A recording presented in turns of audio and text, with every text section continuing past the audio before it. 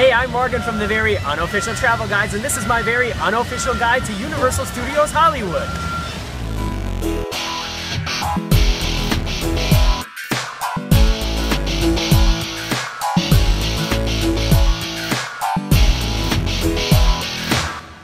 I apologize if some of the video footage today is a little bit shaky and rushed.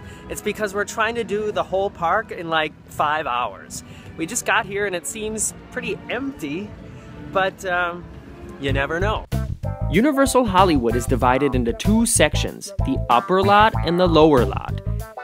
We listened to the advice of some friends and went to the Backlot Studio Tour as the first thing in the morning. You absolutely cannot go to Universal Studios Hollywood and not do the world-famous studio tour. This tour is the original attraction at the studios and has been offered in different forms since 1915, way before Disneyland opened. Along the 45-minute ride, you see the sets and filming locations from several popular movies and TV shows, and there are also event sections like the famous Flash Flood, the amazing King Kong 360 3D experience, the earthquake in the subway, and the Jaws attack. And these sections were so popular that Kong, Earthquake, and Jaws were all built into standalone attractions at Universal in Orlando. King Kong was amazing. Scary though, scary. After we did the studio tour, we headed down the enormous Starway, not stairway, Starway, get it? To the lower lot, which is where all the thrill rides are. The escalator is not a sit-down ride. First up was the new Transformers 3D. I'm kind of prone to motion sickness, and I usually take motion sickness pills to help me get through a day at an amusement park, but I didn't take one today because we have to keep going, and they make you kind of drowsy, so crossing my fingers that this is gonna go okay. I couldn't take my camera on the ride, but this is some of the great theming in the waiting area. Transformers is really, really intense. It's a motion-based simulator ride in 3D with vehicles that actually move through different rooms, which makes it more intense than basic simulators or 3D movies. If you've been on Spider-Man at Universal in Orlando or Mission Space in Epcot, I think it's even worse when it comes to the motion sickness factor. But if stuff like that doesn't bother you, you should definitely do it because it's actually pretty cool. That was really rough.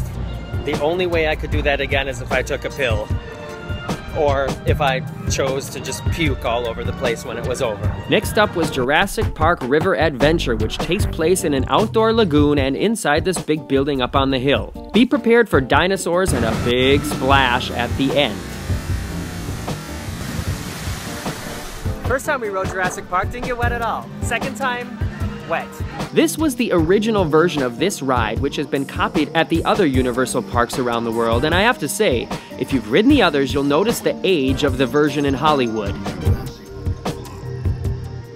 We laughed at how slow and tired the dinos in the outdoor section looked, but, surprisingly enough, the inside section was way more intense than in Florida.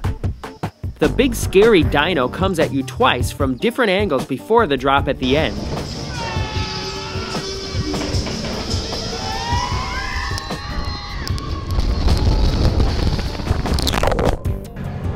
And the third big ride in the lower section is Mummy, the Ride. Like Transformers, I can only show you the waiting area. Mummy is a really fun mix of dark ride and roller coaster in the dark with a few surprises along the way that you don't find on average coasters. It is pretty intense, so if you're not a big fan of coasters, I wouldn't recommend this ride for you, and oh, just so you know, the Mummy here is way different than in Orlando. Back up on the hill, we hit Krustyland and the Simpsons ride next. I love the look and waiting area for this ride, but alas, due to my motion sickness and my attempt at making it through the day without taking a Dramamine, I decided to skip this intense yet funny simulator ride with Bart and Lisa and the gang. Here's a tip though. Even if you're not gonna ride it, you should still wait in line with your friends who are riding because there are some really funny things to see, especially if you are a fan of The Simpsons. Look, this right behind me, this is the reason why you should never, ever spend the money on a Universal Express Pass before you've gotten in the park to see what the wait times are like. Back to business. We went to the first showing of the Waterworld stunt show and were really impressed at the action, including this frickin' airplane crash right in the middle of the show. I've never seen something like that in a stunt show before. The whole experience is in par and scale with the Indiana Jones Stunt Spectacular in Florida, and it's cool that it's all in water. Also on the upper lot is the Shrek 4D Theater, which is a funny 4D movie starring the characters of Shrek, but if you ask me, Muppet Vision 3D is way better. And we also went through the Universal House of Horrors walkthrough, which includes live scare actors and props and sets from famous scary movies. You know what's weird? I hate to watch horror movies, but I love to go through haunted houses.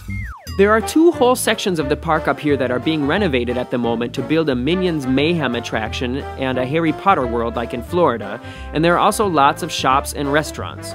Minion stuff must be really hot right now because there was Minion merchandise all over the place. Banana. And at the end of our day, we caught the Animal Actors Show on Stage 57, which features birds, dogs, cats, rats, and other furry things, in an amusing performance showing how animals are trained to star in the movies. Oh, and check out this guy's shirt. It's definitely possible to do all of Universal Studios in one day. We were here on a weekday and it wasn't really crowded. I mean, it was hardly crowded at all. Mostly everything was just a walk-on. Be aware, it's quite different than Universal Studios in Florida. It's smaller. The attractions, even though they have the same name, are different. They're a little bit shorter.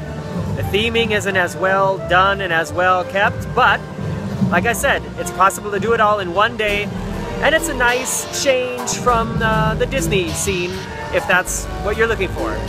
I'm Morgan, and this is another very unofficial guide.